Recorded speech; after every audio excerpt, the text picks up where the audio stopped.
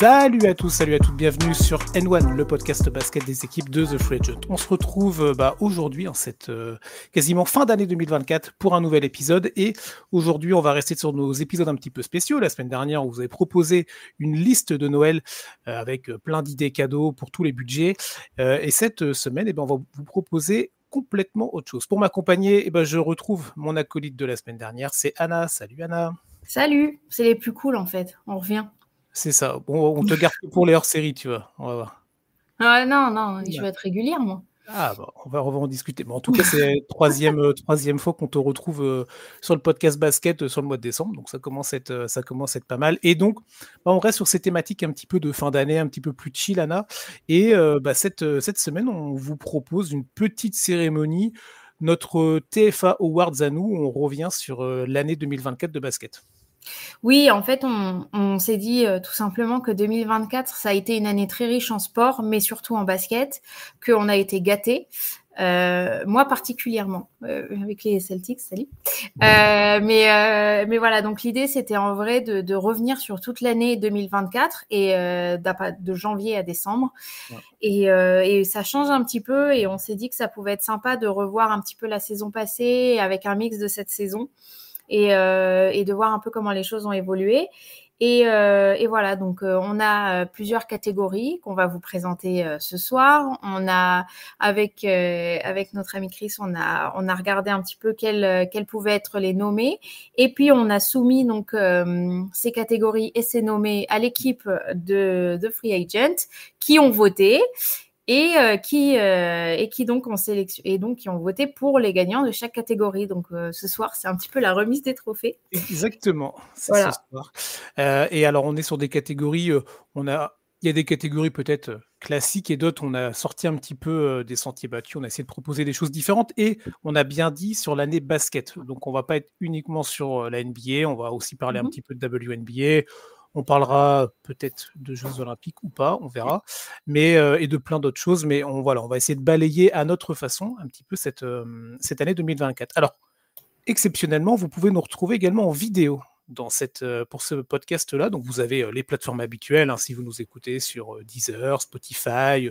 C'est très bien, continuer ainsi. Mais si vous voulez profiter, entre guillemets, de l'émission en vidéo, ce sera très certainement sur YouTube que vous retrouverez cette vidéo-là. Donc, ça permettra de pouvoir... Alors, je ne sais pas si c'est une très bonne nouvelle de nous voir, nous, même si on a essayé de faire un petit effort vestimentaire, alors plus Anna que moi, parce qu'elle m'a dit que je n'avais pas fait d'effort, mais bon. Non, ça va.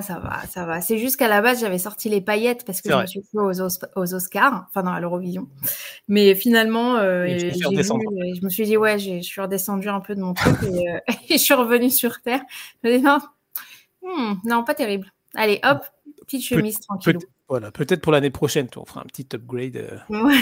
On aura peut-être un plateau, une scénographie. Il y aura peut-être des vrais trophées, parce que là, finalement... C'est vrai qu'on n'a pas de trophée, tiens. On aurait pu faire un petit truc, tu sais, on aurait pu le remettre.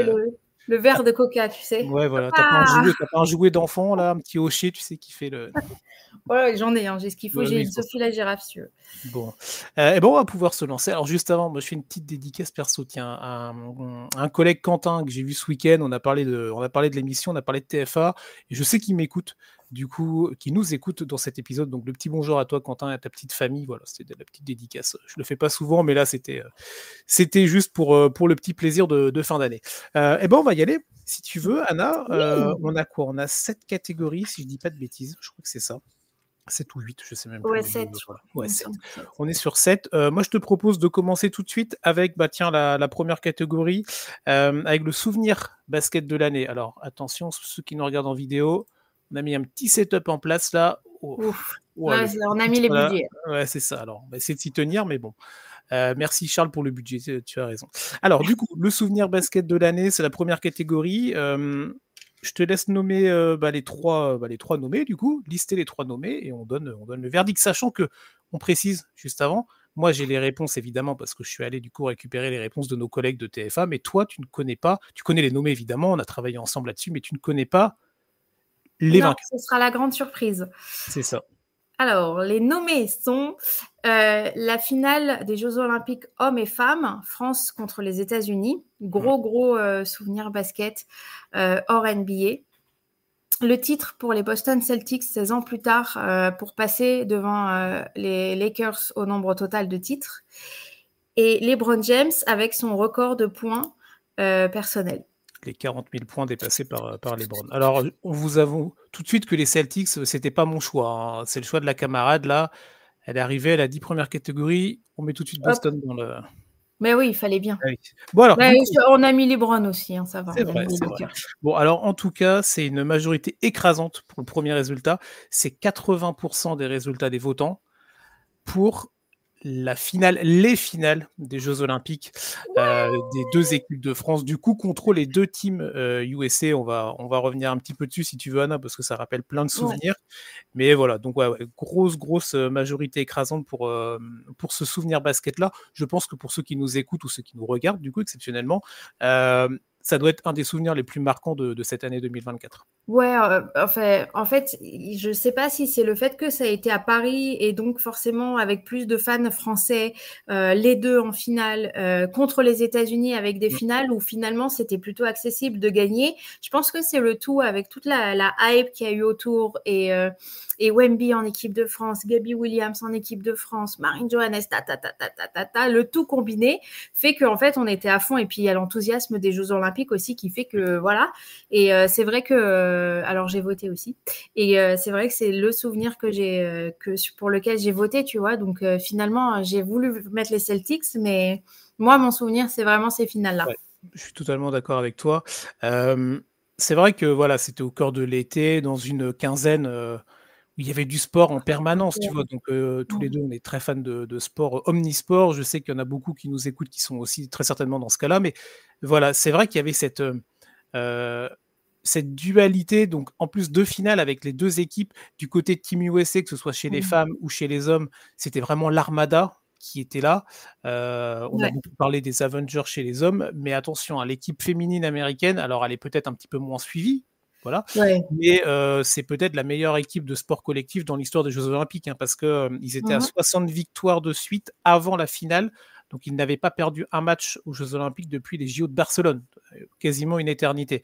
Et en fait, je ne sais pas ce que toi, t'en as pensé, mais à chaque fois, il y avait un côté, peut-être un petit peu plus chez les filles que chez les gars, mais si près, si loin, tu vois? Ouais, clairement. Non, c'était extraordinaire et surtout chez les femmes, ce qui était bien, c'est vraiment donc déjà au-delà de l'accessibilité à cette médaille d'or, c'était aussi ce côté en fait c'est-à-dire que nous amateurs de basket, on sait ce que c'est le basket, on sait ce que c'est le basket féminin. Mais pour des gens qui ne connaissent pas, qui découvrent le basket, et je le sais parce que c'était le cas de ma sœur, par exemple, qui ne connaît pas du tout ça et qui est venue à Lille, hein. Donc déjà, tu vois, c'était sur place déjà. C'est pas la même, la même considération. On s'est dit, bon, Lille, ok, on s'en fout. Et finalement, Lille, l'ambiance de ouf. Ouais. Et en fait, elle s'est dit, oh, c'est génial, en fait, le basket féminin. Et je pense que c'est aussi ça, cette réussite de ces Jeux Olympiques et de ces équipes de France. Et surtout l'équipe féminine, et au-delà de ça, toutes les équipes de basket féminine, elles ont réussi à faire une émulsion en fait d'enthousiasme et d'excitation autour de ce sport, surtout côté femmes. Et c'est ça qui était assez extraordinaire et qu'il faut saluer. Est-ce que tu te souviens comment tu avais vécu ces finales? Est-ce que tu as eu la chance d'être sur place? Est-ce que tu étais avec des collègues à toi, chez toi, dans un bar? Comment tu t'en souviens un petit peu de ces J'étais avec mes parents, en fait. Okay. Qui, en fait, je les ai embarqués dans ma folie Jeux Olympiques. Et alors, toutes les 2 minutes, ils me disaient, alors, ça fait quoi? C'est quoi les résultats? Nanana, et trucs. Ah ouais, Simone Biles, ah ouais, et tout. Alors qu'en fait, ils sont pas particulièrement pro-sport.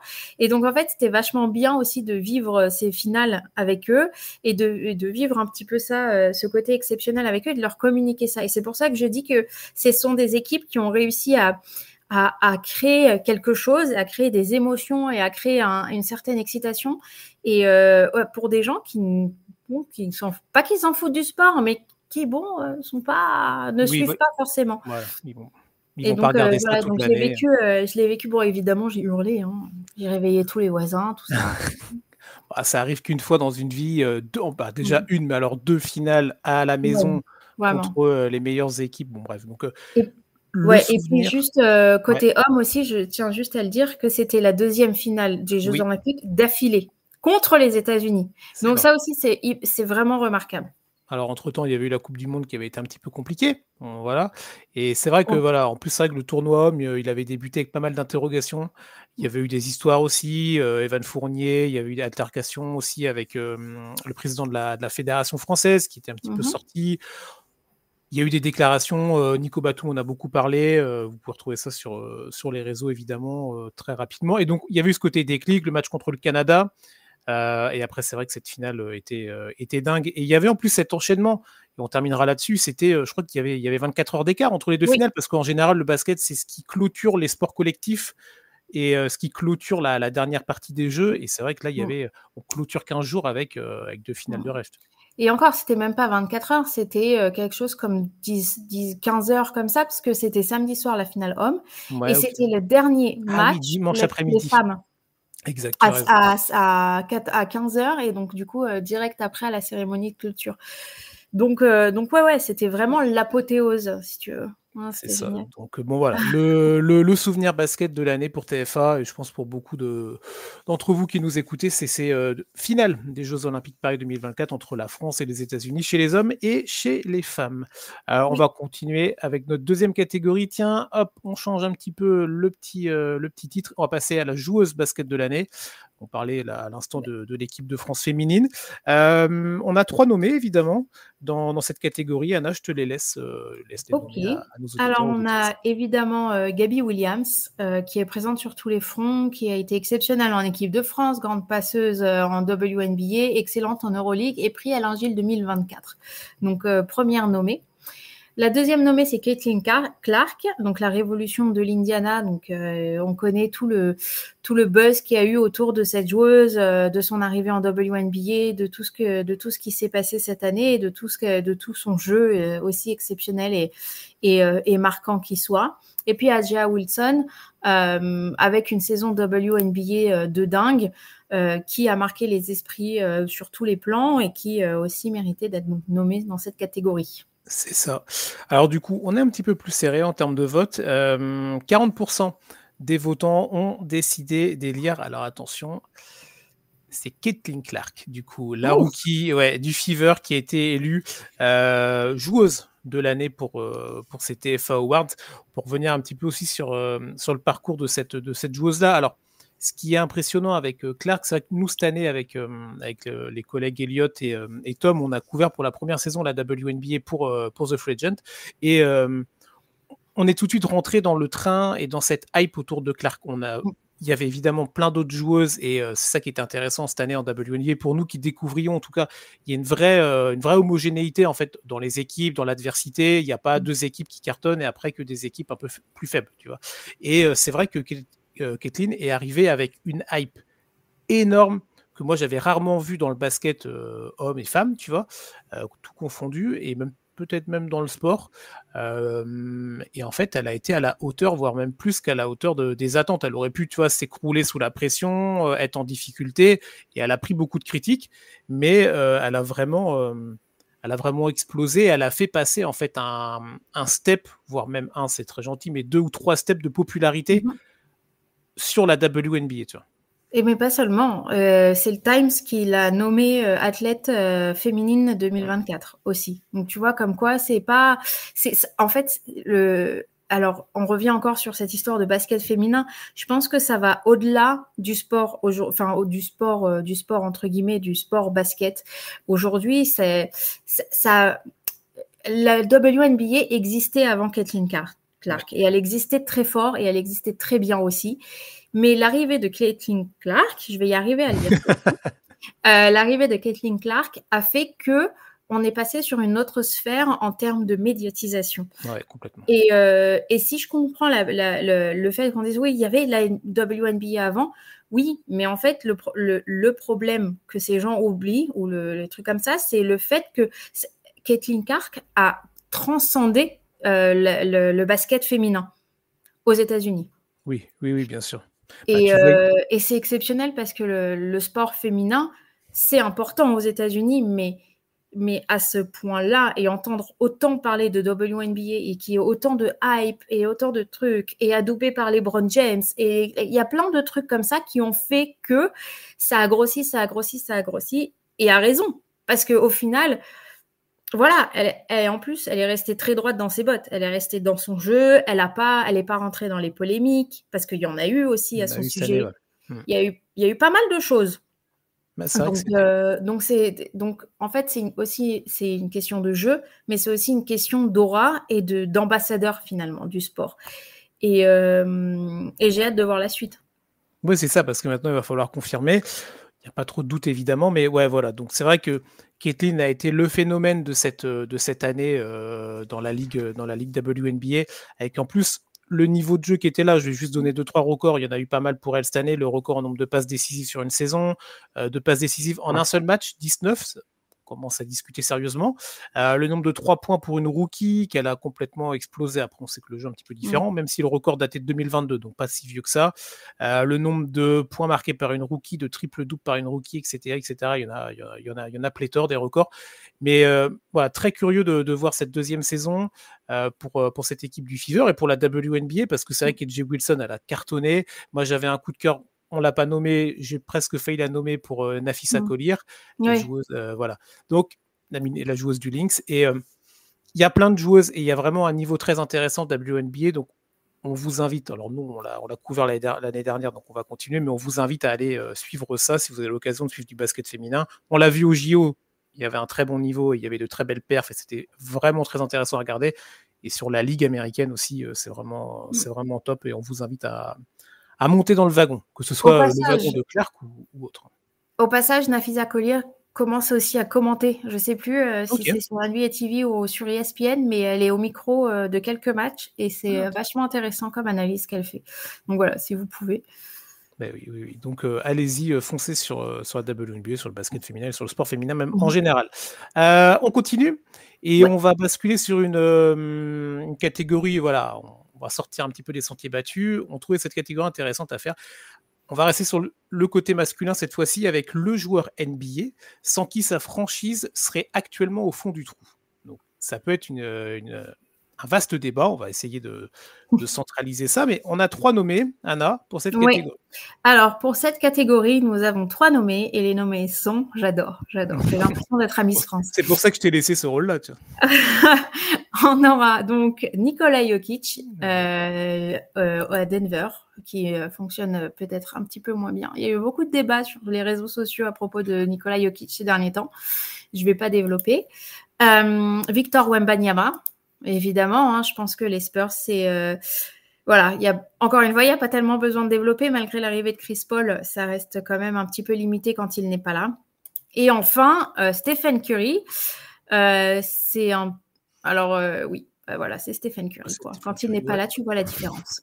Je pense qu'il n'y a pas tellement d'autres explications. Non, tu as dit Stephen Curry, ça suffit. On aurait pu en donner d'autres. Là, c'est les 3. Il y a un côté subjectif dans nos choix, mais c'est ainsi. Alors, du coup, on a un vainqueur, évidemment. 46,7%. Donc, ça a quand même été bien voté pour lui. Et c'est Nikola Jokic, du coup, qui remporte cette catégorie. Alors, je ne sais pas si c'est la meilleure catégorie à gagner, j'ai envie de te dire. Pas terrible. Non, c'est pas terrible pour le collectif. Pour le collectif. Nikola Jokic, cette équipe de Denver. Alors, on va pas faire 10 minutes sur tout ça parce qu'on est plus là dans un côté cérémonie. On va pas faire un débat sur Denver. Mais c'est vrai qu'on voit ce joueur-là qui est... qui commence, je ne sais pas toi ce que tu en penses Anna, mais qui commence à monter des steps très très sérieux dans les classements de joueurs all-time, mais voilà, toutes catégories confondues, que ce soit en termes de palmarès, en termes de niveau de jeu, en termes de style de jeu, en termes de ce qu'il propose. Et encore cette année, il est partout et il est fort, Niko Jokic. Il est très très fort. Alors certes, il est un peu moins sexy et je vois encore beaucoup de gens qui se moquent de son physique, etc. En attendant, je pense qu'il nous met tous à l'amende. Donc ça, c'est 1. 2, je pense que Nikola Jokic est en effet présent dans tous les débats all-time. Que de toute manière, par son palmarès, il y est. Que de toute manière, son niveau de jeu est tel, il nous sort quand même des masterclass et il y en a beaucoup qui vont, enfin pas qui vont comparer, mais qui vont dire ouais, mais Doncic il fait ci et ce truc il fait ça et machin. à l'heure actuelle, Nikola Jokic, c'est les Denver Nuggets. Et si lui, il grimpe des paliers, comme tu viens de le dire, je pense que l'équipe a du mal à le suivre à ce niveau-là. Et je crois que c'est aussi pour ça qu'on voit autant la différence. Alors, il y a les problèmes de blessures, de régression, nanana, etc. Mais je pense que l'équipe ne le suit pas dans son évolution et dans son jeu. Et c'est très problématique parce que quel joueur, quoi. C'est ça. Et en fait, on en vient cette saison en particulier où tu vois quand même que l'effectif aussi, il y a eu des départs qui n'ont pas été remplacés ou en tout cas qui suffisent pas. Tu sens un Jamal Murray, c'est compliqué pour lui. Mike Malone, ça tâtonne encore un peu. Il y a des choses à dire sur lui. Même si parfois Jokic, là, il y a eu un match dernièrement où il s'est mis en route qu'au bout du 3e quart-temps, mais il arrive quand même à sortir sur la saison. Il est toujours aussi fort. Et c'est vrai qu'en fait, on en vient presque à se dire que ce serait. Alors, on n'y est pas encore, tu vois. Il a encore quelques années devant lui, mais ce serait dommage qu'un tel monstre n'ait, tu vois, qu'une seule bague, tu vois. Quand après, tu commences à faire un peu les discussions, des machins, on sait très bien comment ça marche, les discussions de classement, on est en train de dire oui, lui, il a 3 MVP, l'autre, il a 2 titres de champion, machin, tout ce que tu veux. Et en fait, tu te dis, mais il est tellement fort, tellement dominant, et après ça, que la NBA est très forte aussi, très compliquée, très compétitive. Et si ce mec-là, il repart qu'avec un seul titre, il y aura un sentiment peut-être, même très certain, de gâchis, tu vois. Ouais, tout à fait. Bah, en fait, c'est toujours comme ça parce que le joueur est tellement grand en termes de niveau que derrière, tu as envie que le palmarès le soit tout autant. Et en fait, c'est peut-être ça aussi qui fait la légende du sport en général, c'est que le talent, enfin les performances et le palmarès ne suivent pas forcément le talent. Et donc, du coup, ça te fait un « et si ?» Alors, si Nikola Jokic avait été entouré de tel et tel truc, et du coup, tu vois, ça te permet aussi de créer une certaine mythologie du basket. Et je trouve que c'est aussi intéressant et ça permet pas mal à l'imagination de faire son travail. Maintenant, oui, en effet, c'est encore un peu tôt. Il est encore jeune. Et puis, qu'on se le dise, hein, il n'est pas non plus cloué à Denver. Alors, ça ne plaira pas forcément à tous les gens. Attention là, ouais. Ça ne plaira pas, mais ce que je veux dire, c'est qu'aujourd'hui, en 2024, en NBA, tu vois, la loyauté, bon. Voilà. C'est vrai qu'on n'est plus sur d'autres époques où tu avais des joueurs qui gardaient le maillot, en permanence. Après, je ne suis pas sûre que ce soit vraiment la mentalité de Jokic, mais voilà, il y a tellement de possibilités encore qui sont possibles que voilà. C'est pas que je m'inquiète pas, mais c'est qu'en fait, je me dis que quoi qu'il arrive, il continuera à marquer l'histoire d'une manière ou d'une autre. Oui, ça là-dessus, et c'est bien pour ça qu'il a du coup été élu dans cette catégorie-là. Donc Nico Jokic, dans la catégorie du. C'est ça. Alors, c'est flatteur pour lui. Bon, il nous écoute pas évidemment, mais c'est flatteur dans un certain sens pour lui, un peu moins. Nico, tu nous écoutes? Voilà, c'est ça. T'es invité pour la deuxième. Hein. Quand on fera la deuxième en 2025, tu peux venir en guest. Tu pourras revenir et mettre ton prix. C'est ça, il remettra le prix au prochain, tu vois. Allez, on va continuer avec, notre petite catégorie intéressante, le basketteur, que l'on verrait briller dans un autre sport. Tout à l'heure, on parlait des Jeux Olympiques, et c'est vrai qu'on s'est dit que ça pouvait être une catégorie sympa, parce qu'il y a tellement d'athlètes en NBA avec des profils différents, qu'en fait, tu pourrais les voir un petit peu dans pas mal de sports. Pareil, il a fallu faire des choix. Je te laisse nous parler des 3 nommés, et let's go, tu vois. Je tiens à dire qu'on a été quand même pas mal inspiré pour cette catégorie, qu'on aurait pu en mettre beaucoup plus. Oui, bien sûr. Mais voilà, alors on est parti sur Giannis Antetokounmpo en triple saut. Pardon, en saut en hauteur, excusez-moi. Moi, c'était triple saut, saut en hauteur, on a discuté. Pardon, mais bon, excusez-moi, c'est moi qui me suis un petit peu emmêlé les pinceaux. Donc, on a Giannis Antetokounmpo en saut en hauteur, Stephen Curry au golf. Yes. Ou De'Aaron Fox aux 100 mètres ou 200 mètres, la course sprint. C'est ça. Alors, là, c'est vraiment intéressant parce que du coup, donc parmi tous les membres de la communauté TFA qui ont voté de notre groupe, il y a une égalité. Il y a une égalité. Oui, avec, alors, il y a 46,7% pour les deux. Ils n'ont pas pu se départager, tu vois. C'est vraiment très serré. J'étais assez surpris quand j'ai vu le résultat, mais bon, du coup, il y a un copartage de récompenses. On a d'un côté Stephen Curry, du Au coup. golf. Et de l'autre côté, c'est ça, au golf. Et de l'autre côté, Giannis Antetokounmpo, son en hauteur, triple saut, prenez ce que vous voulez. Donc c'est vrai que Fox, il a pris une petite cartouche là pour le coup. Ouais. Mais bon, on va rester sur Curry et Antetokounmpo. Moi, c'est vrai que tout de suite, quand on a eu cette catégorie, Anna, je t'ai donné Giannis. Parce que vraiment, ce mec-là, franchement, tu le mets sur ce genre d'épreuve. Je te dis pas qu'il va être champion olympique pendant 10 ans parce que voilà, c'est un autre sport, c'est notre façon de faire, tu vois. Mais il a déjà des attributs physiques tellement disproportionnés que tu te dis, il va plier le game rapidement, tu vois. En fait, c'est un athlète que moi je trouve exceptionnel. Et en fait, on le met dans un sport d'athlétisme, mais en vrai, il pourrait faire beaucoup d'autres sports. Mais oui. C'est-à-dire qu'en fait, on pourrait le voir aussi au volley, par exemple. On peut le voir, bon, peut-être pas à la gym, hein, il est un petit peu grand pour la gym, mais voilà, enfin, on le voit dans des trucs, tellement on sent qu'il est capable de tout faire. Et en fait, c'est ça qui est extraordinaire. Alors, moi, je le vois vraiment en saut en hauteur pour le coup, c'est pour ça que j'ai voté pour ça. Je le trouve tellement athlétique et on a besoin d'une telle détente et en fait, c'est vrai parce qu'on le voit souvent, on a besoin de cette aura pour encourager un stade entier à t'encourager, à te faire allez, comme ça et à clapper des mains, etc. Et donc, en fait, je le vois vachement faire ça. Je le vois vachement faire ça Ouais, et tu sais, quand ils sauter. sont comme ça, là, ambiancer la Ouais. foule avant le saut, là, tu vois. Exactement. Enfin, tu vois, genre, je le vois à la place de Gianmarco Tamberi, tu vois, genre vraiment, c'est. Alors, peut-être pas en termes de personnalité, évidemment, hein, mais en termes de arriver à galvaniser un public et puis arriver à sauter à des hauteurs pas possibles, ouais, ça, je le vois bien faire. Ok, ouais, moi je te rejoins complètement. Tu le mets dans plein de sports. Yanis, il peut être très performant en tout cas. Et du coup, il y a l'égalité avec Steph Curry sur le golf. Pareil, moi c'est vrai qu'en fait, tu as l'impression que ce mec-là, tu sais, il fait partie de cette catégorie-là un peu élitiste des gens. Tu leur mets n'importe quelle balle ou ballon, ou là, du coup, ça rend une petite balle pour le coup. Ils ont cette adresse en fait naturelle. Et on l'a vu en plus, Steph Curry sur ses réseaux, il poste régulièrement, en tout cas de temps en temps, souvent quand il est en vacances, il te fait des putts, il te fait alors moi j'y connais pas grand chose en golf, mais il te fait des coups, tu vois.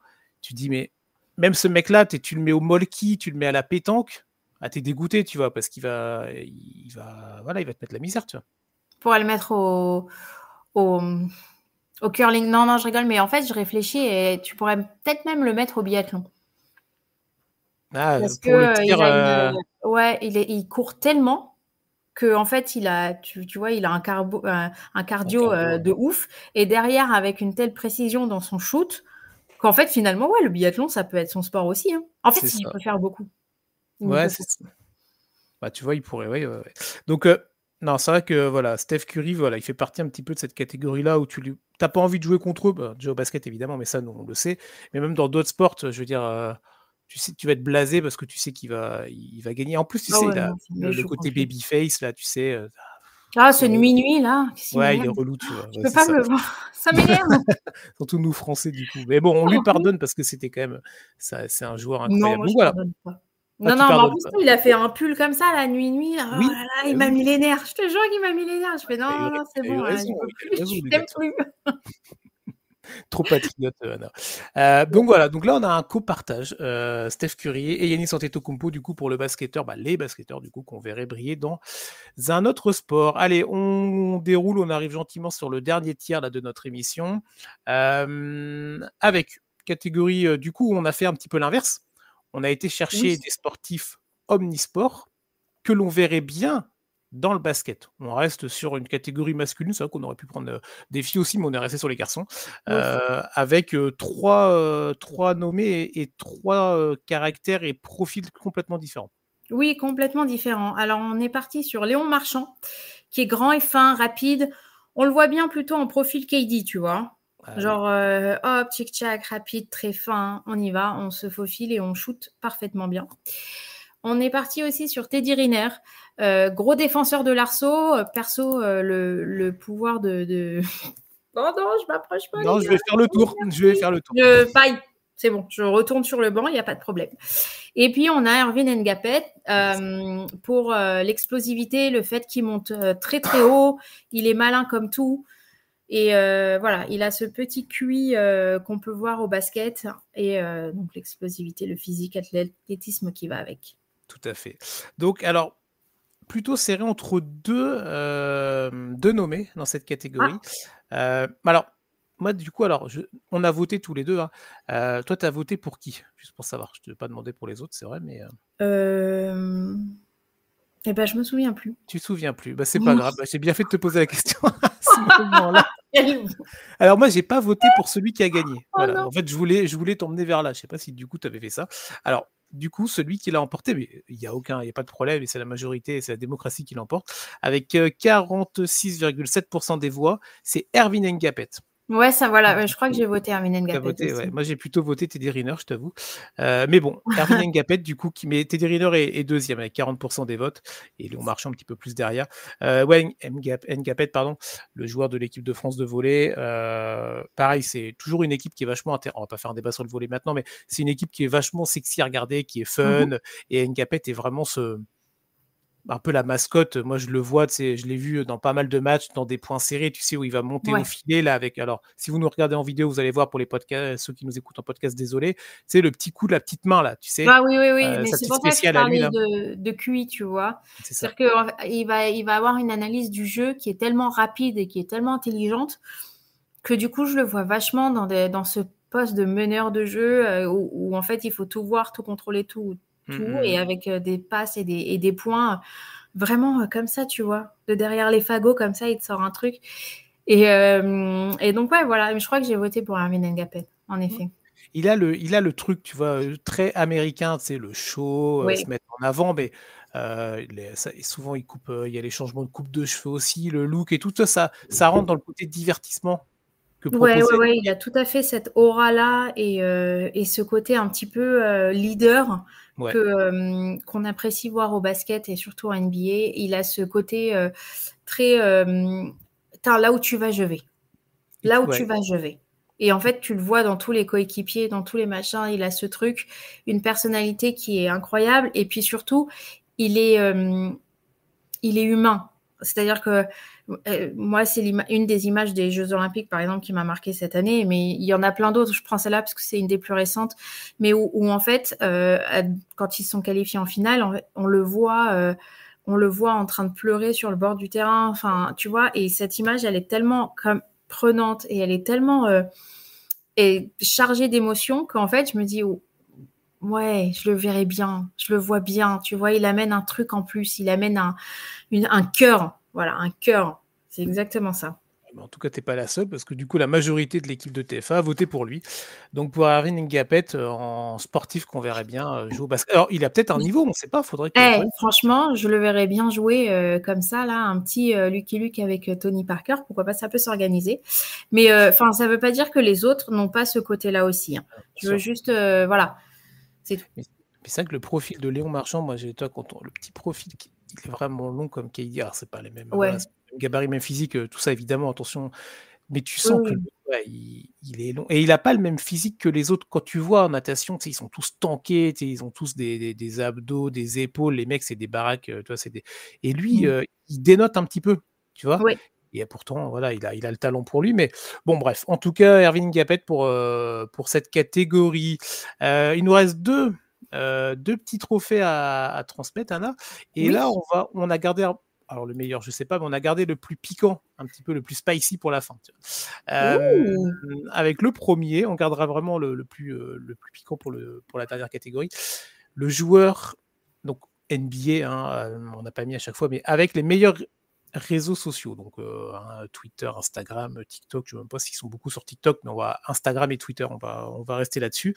Bon, on a décidé un petit peu de troller pour cette catégorie, il faut l'avouer. Et du coup, je te laisse donner les trois nommés, Anna. Alors, on aura KD dans un premier temps. Alors, j'adore comment il se comporte sur les réseaux sociaux. C'est-à-dire qu'en fait, il va aller répondre. Déjà, rien que sa photo de profil sur Twitter, c'est le truc où il y a toutes les épées pointées sur lui, là. Donc voilà, il n'a pas peur d'y aller. Il n'a pas peur d'être un peu piquant. Et bon, les burner accounts et tout, on n'en parle pas tellement. Mais voilà, ça fait aussi partie du mythe. Mais c'est à la limite même pas ça qui nous a intéressés pour le nommer. C'est vraiment ce côté, j'ai pas de filtre. Qu'on aime bien voir en fait, parce que dans les réseaux sociaux un peu polis, c'est bon, Voilà. On aura aussi Josh Hart. Alors, dans un autre registre complet, qui encore aujourd'hui et hier là, il s'éclate avec Jalen Brunson et Carl Anthony Towns, donc sur Twitter. Je sais pas, ça, on s'envoie des messages et ça se charrie et c'est machin. Et en fait, c'est hyper cool parce que on s'identifie à ce genre de délire en fait. Moi, je parle comme ça avec mes potes sur les réseaux. On s'envoie des mèmes, on s'envoie des trucs. Et donc, en fait, c'est vachement sympa d'utiliser les réseaux sociaux donc pour se chambrer entre potes et pour parler de nos délires. Et en fait, ça fait... Bon, voilà, je trouve que c'était plutôt sympathique comme nomination. On aurait pu mettre Jalen Brunson aussi, hein, mais Josh Hart est le plus actif. Et puis enfin, donc le dernier nommé dans cette catégorie, c'est évidemment Ja Morant. Donc ça, c'est le véritable troll de la soirée.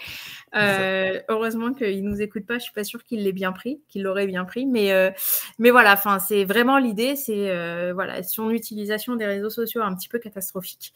Mais du coup, c'est du popcorn et c'est du TMZ. Donc on a décidé de le nommer ce soir. C'était compliqué de ne pas le nommer dans cette catégorie-là, sachant qu'on était sur un côté un petit peu troll et second degré. Donc, KD, Ja Morant ou Josh Hart. 53% des votants, en tout cas 53%, il y a une majorité qui est ressortie. Pour l'historique, pour Kevin Durant. Oui. Mais c'est rigolo parce que, alors, il y a peut-être des gens qui nous écoutent et qui ont pris la NBA en chemin il y a peut-être pas si longtemps que ça. Et c'est vrai que KD, moi, je suis allé refouiller un petit peu quand j'avais les réponses parce que je le savais, mais c'est toujours assez drôle de retourner voir un petit peu ces infos-là. Et c'est vrai que ça avait démarré avec. Alors, comment ça s'était passé? C'était quand il était au Thunder. Et il y avait eu, il avait utilisé son vrai compte. Je ne veux pas dire de bêtises, mais il avait utilisé son vrai compte, mais il avait parlé à la 3e personne parce que du coup, il pensait être sur son faux compte. Ah oui, c'est comme ça qu'il a été chopé. C'est ça. Et mais il avait. Pas au Thunder. Je crois que c'était au Thunder, ou alors quand il était parti, il venait de partir et il avait critiqué les gars du Thunder parce que du coup, il avait expliqué qu'en gros, à part Westbrook, dans l'effectif, il n'y avait personne et il avait aussi taclé Billy Donovan, qui était coach à l'époque de cette équipe du Thunder. Exact. Et c'était un peu comme ça que s'était fait griller en se disant, mais attends, le gars, du coup, il a des faux comptes et machin. Et après, il s'en est expliqué, il s'en est excusé auprès de Billy Donovan. Et après, pour revenir à ce que toi tu disais, Anna, c'est vrai que il l'a dit plus tard, lui, il veut profiter des réseaux sociaux pour interagir avec les gens. Il y avait eu des screens de discussions en privé avec des mecs qui y allaient, qui le taclaient bien sur son départ du Thunder du côté du Warriors, et il prenait le temps de répondre. On aime ou on n'aime pas, mais c'est vrai que toi, tu n'en as pas 150 des joueurs NBA qui ont quand même, je pense, beaucoup de choses à faire et qui prennent le temps de temps en temps de répondre aux détracteurs ou à des fans ou à des gens qui se posent des questions. Tu vois. Après, c'est pas forcément des réponses qui sont super constructives quand c'est en public. Oui. C'est des réponses vraiment tacle et voilà. Mais moi j'aime bien. C'est le type de choses que j'aime bien lire sur les réseaux sociaux. C'est un peu le côté je dis ce que je pense et je m'en fous et je te réponds ce que j'ai envie de te répondre et sur mon comportement que j'ai envie d'avoir et que je te dois rien.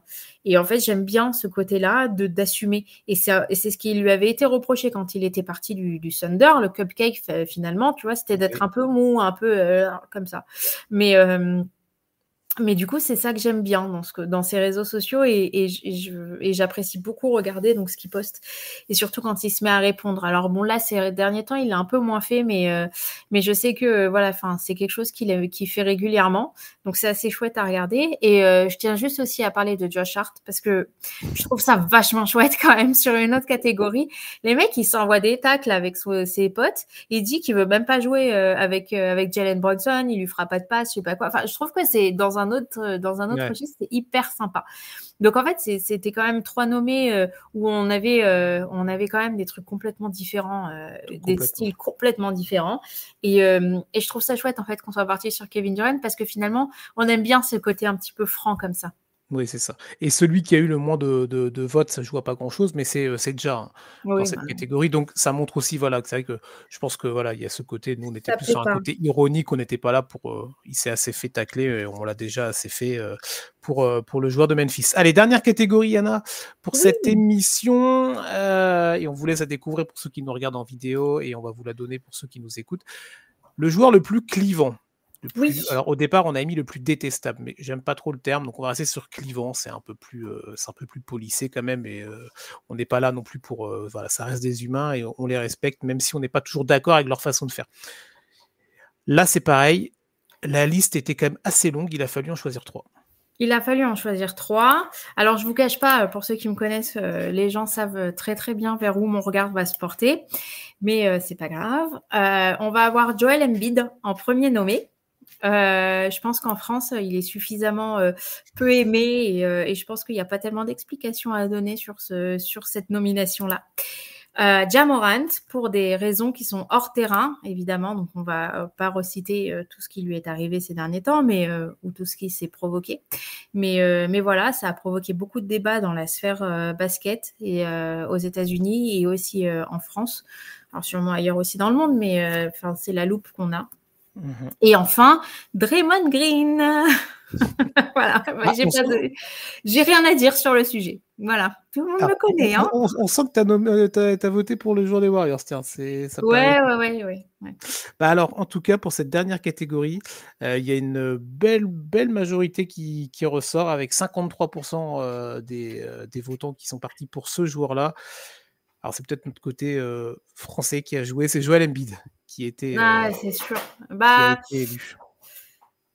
Après, alors déjà, c'est très actuel. C'est quelque chose de très actuel, alors que les autres, c'est peut-être un peu plus marqué dans le temps.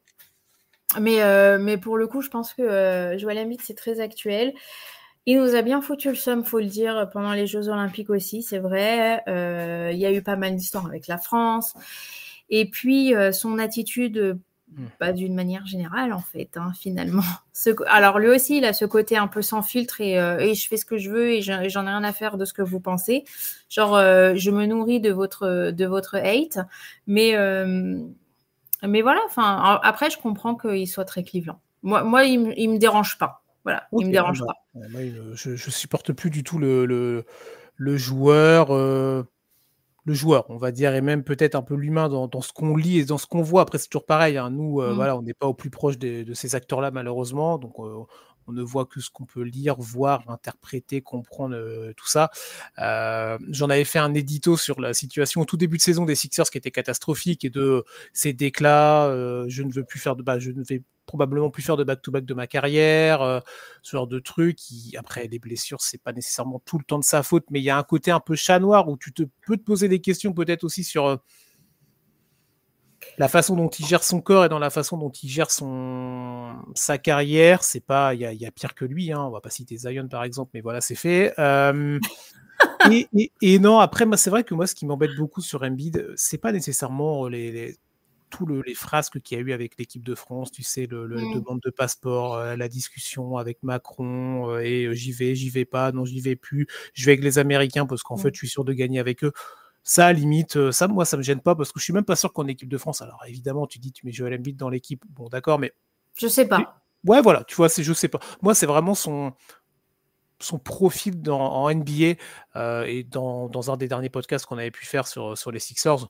Moi, j'avais dit maintenant, il faut que du côté de Philadelphie, tu parlais tout à l'heure de Jokic tout à l'heure et de la NBA en 2024 où ça peut bouger. Franchement, pour moi, le process est terminé depuis belle lurette. Je pense qu'il y a pas mal de monde à Philadelphie. Si tu leur dis, aujourd'hui, on monte un projet autour de Tyrese Maxey, tu vois, je pense que tu peux avoir plus de monde qu'on ne peut imaginer qui seraient prêts à signer, tu vois, pour dire, Joël, merci, tu nous as apporté des trucs, mais finalement, il y a plus de mal que de bien.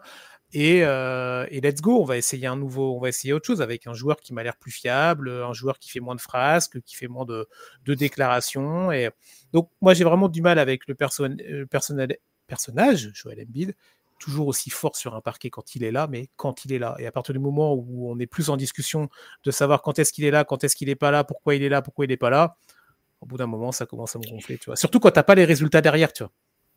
Après, peut-être que je lis pas suffisamment et que j'entends pas suffisamment, mais je suis pas sûre qu'il y ait tant de déclats que ça de Joel Embiid cette année. Là où par contre, il y a des problèmes, c'est en effet sur les autres joueurs qui parlent de son attitude en général. Les déclats, je sais pas. Je me souviens pas qu'il est. Non, mais oui, là je te parle dans la globalité. Ouais, dans la globalité, j'entends, mais je trouve que cette année, ce qui le rend détestable, c'est finalement son silence. Et le fait que il s'exprime pas. En fait, on le voit pas sur le terrain. Non, mais c'est vrai, on le voit pas sur le terrain. Il est présent nulle part. On sait pas ce qu'il pense. Il y a pas tant que ça de déclarations, ou alors j'en ai loupé beaucoup, tu vois. Mais en fait, on a l'impression qu'il s'est complètement détaché non seulement de l'équipe, mais de l'objectif de l'équipe ou des trucs comme ça. Alors peut-être que je me trompe et que j'ai une lecture complètement ridicule et pas du tout réaliste. Mais c'est un peu comme ça que moi je le perçois. Et tu vois, il n'y a pas eu tellement de réactions du côté Embiid, donc du clan Embiid ou des défenseurs d'Embiid quand Maxey, tu vois, il a commencé à avoir des déclarations. Et en fait, c'est plus ça que moi je trouve inquiétant, c'est qu'en fait, je me pose la question. Alors, je m'en fous qu'il soit détestable ou pas, là, je sors un petit peu du sujet, mais je me demande s'il n'y a pas un truc un petit peu santé mentale derrière, qui fait que l'homme est aussi clivant. C'est-à-dire qu'en fait, il va te sortir des trucs un peu sales, un peu... Il va avoir un comportement, des fois on ne comprend pas, mais qu'est-ce que tu nous fais là ? Et voilà, donc je me pose un peu cette question. Ok. Ça ne m'étonnerait pas. Ouais. Bon, après, moi, toi, on terminera là-dessus. Les 2 déclats que moi je retiens pour l'instant d'Embiid, donc 3 avec début de saison, je ferai pas les back-to-back. La deuxième, c'est l'altercation. Alors là, et c'est plutôt l'altercation qu'il a vu avec un journaliste local, mais là, c'est bon, le journaliste avait été trop loin, donc autant là, celle-là, on la met de côté, mais c'est voilà. La sortie était quand même assez maladroite de Joel Embiid, même si le premier fautif, évidemment, c'est le journaliste. Et la dernière déclat, c'est un peu pour répondre à ce que tu disais, c'est-à-dire quand il y a eu cette histoire de réunion qui est sortie et Tyrese Maxey qui avait déclaré à Joel Embiid, ouais, mais ça serait bien que tu arrives un petit peu maintenant à l'heure aux entraînements et tout. Si, Joel Embiid a répondu et la réaction qu'il a eue, c'est qui la taupe, c'est qui le salaud dans le vestiaire qui est en train de sortir ça. Non, exact, non, en fait, c'est pas la réponse qu'on attend de toi, en fait. T'as raison entièrement, mais alors moi ce que j'entends oui, t'as raison, mais c'est pas tellement ça que je voulais dire, c'est-à-dire que la réponse, il y a pas de réaction, si tu veux. La taupe, ok, mais il y a pas de réaction, c'est-à-dire que derrière, en fait, il est pas resté sur le sujet et il a pas dit, il a rien dit. Je vais essayer de m'améliorer, je vais travailler là-dessus. Ils ont raison. C'est vrai que j'ai pas toujours été. Non, en fait, il s'est juste concentré sur qui est celui qui a balancé. Non, remets-toi en question, en fait. Exactement. Et en fait, je pense que c'est aussi ça qui le rend donc aussi clivant aux yeux des gens. Et bon, en France, c'est déjà une cause perdue. Mais après, moi, j'ai toujours, je pense que j'étais très ouverte à l'idée d'avoir Joel Embiid dans l'équipe. Mais finalement, tu vois, quand tu regardes un peu ce qu'on a. Tu dis pas non à Joel Embiid, mais derrière, faut dire non à quelqu'un d'autre. Et en l'occurrence aujourd'hui, je suis pas sûre qu'on ait tant besoin que ça de lui. Donc en fait, tu vois, qu'il soit pas venu en équipe de France, ok. Tu vois, je pense que sur le coup, ça m'a un peu vexée parce que l'équipe de France, quoi, merde. Mais finalement, tu vois, genre ça me choque pas. Moi, ce qui m'embête plus avec Joel Embiid, et finalement, c'est pas si grave que ça. Pour moi, ça le rend moins détestable que quelqu'un d'autre. C'est mon cas. C'est que en fait, finalement, j'ai l'impression qu'il y a quelque chose d'un peu plus profond derrière ça, et qu'on est quand même sur quelqu'un qui n'arrive pas à sortir de ses blessures. Et je pense que quand on est dans cet état-là physique, je pense qu'il y a beaucoup de psychologique derrière. Et c'est ça qui fait qu'à mes yeux, il n'est pas si clivant que ça. Ok. Voilà.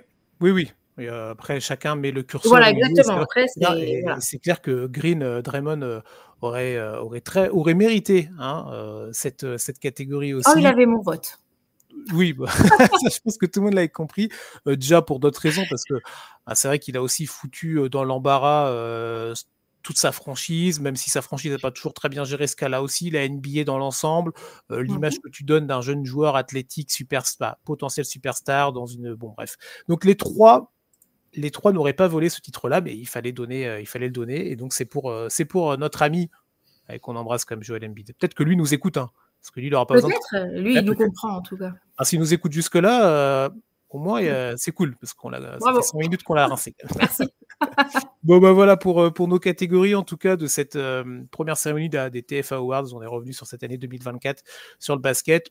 beaucoup de NBA évidemment, mais voilà, on a brassé un petit peu de basket féminin, de Jeux olympiques et je pense qu'on a fait un joli petit tour, Anna. C'était plutôt sympa de rediscuter, de faire cette petite rétrospective à notre manière de l'année qui s'est écoulée, tu vois. Oui, ça fait plaisir parce que l'année 2024 nous a tellement donné en sport et en basket que je pense que c'était important de lui rendre hommage à cette année-là, finalement. Bon, très bien. Année qui n'est pas complètement terminée, il reste encore quelques jours. Non, il y a encore la NBA Christmas Day. Eh oui, évidemment, donc on sera sur le pont pour suivre ça.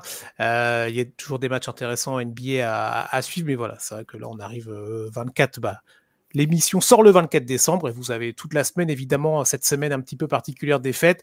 Vous êtes entre vos proches, avec votre famille, donc si vous ne nous écoutez pas mardi, on vous en voudra pas, c'est pas grave. Et l'émission est faite pour pouvoir être écoutée même vendredi, samedi, dimanche, ce sera toujours d'actualité. En tout cas, merci Anna d'avoir été à nouveau présente. Merci. Oui. J'espère qu'on se reverra en 2025. Je pense que c'est dans les cartons. C'est dans les cartons. On va essayer de voir ça, mais oui, ça devrait le faire. Merci à vous de nous avoir écoutés, de nous avoir regardés si vous étiez sur YouTube. La semaine prochaine, je serai à nouveau là, mais ce sera pour complètement autre chose. Deuxième épisode des prospects NBA, la route vers la future draft NBA avec Jules. On va revenir sur de nouveaux prospects. On va vous parler de pas mal de joueurs. Donc ce sera la semaine prochaine, ça pour la dernière de l'année. Et début janvier, vous retrouverez le conseil de classe, évidemment, donc pour attaquer comme il faut l'année 2025. Très bonne journée, très bonne fête à vous, profitez bien de vos proches, surtout c'est très important toute l'année, mais encore plus à cette période-là. Et on se retrouve pour ma part la semaine prochaine, et avec Anna, on se retrouve très vite, bien entendu. Allez, ciao. Bye, joyeux Noël.